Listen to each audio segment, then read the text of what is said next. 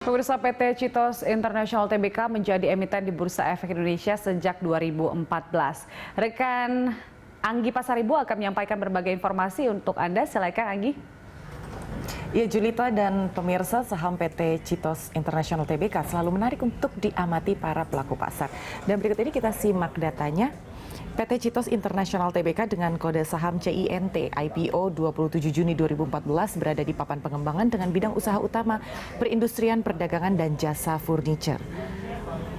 70,22% pemegang saham atau senilai 702 juta lembar saham dikuasai oleh PT Tritirta Inti Mandiri dan 6,02% atau senilai 60,1 juta lembar saham dikuasai oleh Niven Holding Limited dan senilai 22,18% atau 221,8 juta lembar saham dikuasai oleh masyarakat dan 1,23% atau senilai 12,2 juta lembar saham dikuasai oleh PT Bina Analisindo Semesta dan selebihnya 0,35% atau senilai 6,2 juta lembar saham dimiliki oleh pemegang saham lainnya. Untuk pergerakan nilai sahamnya sendiri bisa dilihat di layar kaca Anda. Pada awal Januari berada di level 280, kemudian terkoreksi cukup dalam di level 216 dan kemudian mengalami rebound dan cenderung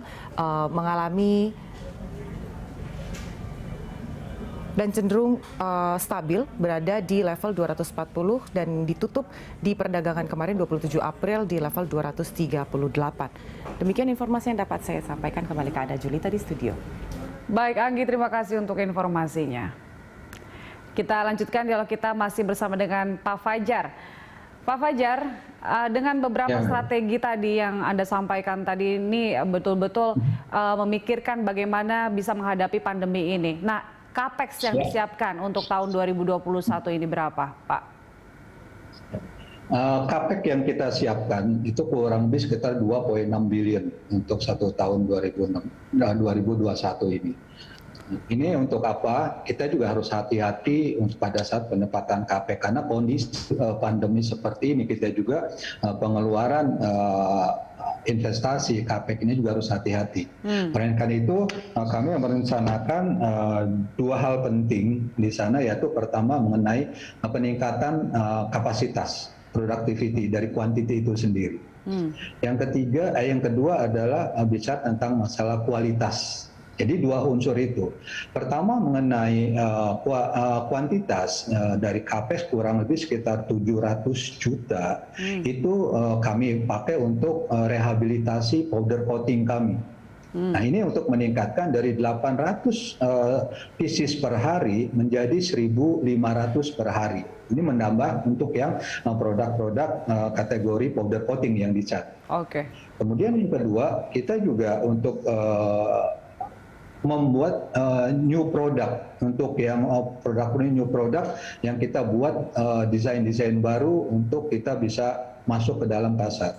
Yang ketiga, kita juga untuk renovasi mesin-mesin lama. Kita untuk backup seperti untuk pembuatan nickel chrome, untuk yang kita finishing kita masuk ke arah sana.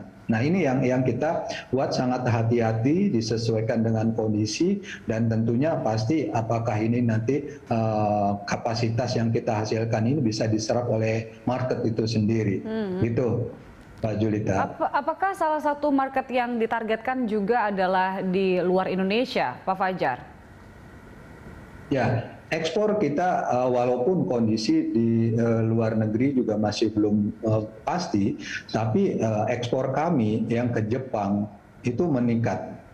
Jadi ekspor kita kalau melihat dari prediksi kami di 2021 ada kenaikan kurang lebih sekitar 10% dibandingkan dengan tahun lalu. Ini yang menarik dari kita dan yang walaupun kondisi di Jepang itu masih dengan kondisi sama pandemi dengan seperti yang ini, tapi bisnis untuk yang kesehatan itu cukup signifikan kenaikannya di sana. Kita akan masuk di dalam produk kesehatan. Kita punya selama ini mungkin orang hanya kenal Citose itu punya hanya kursi lipat.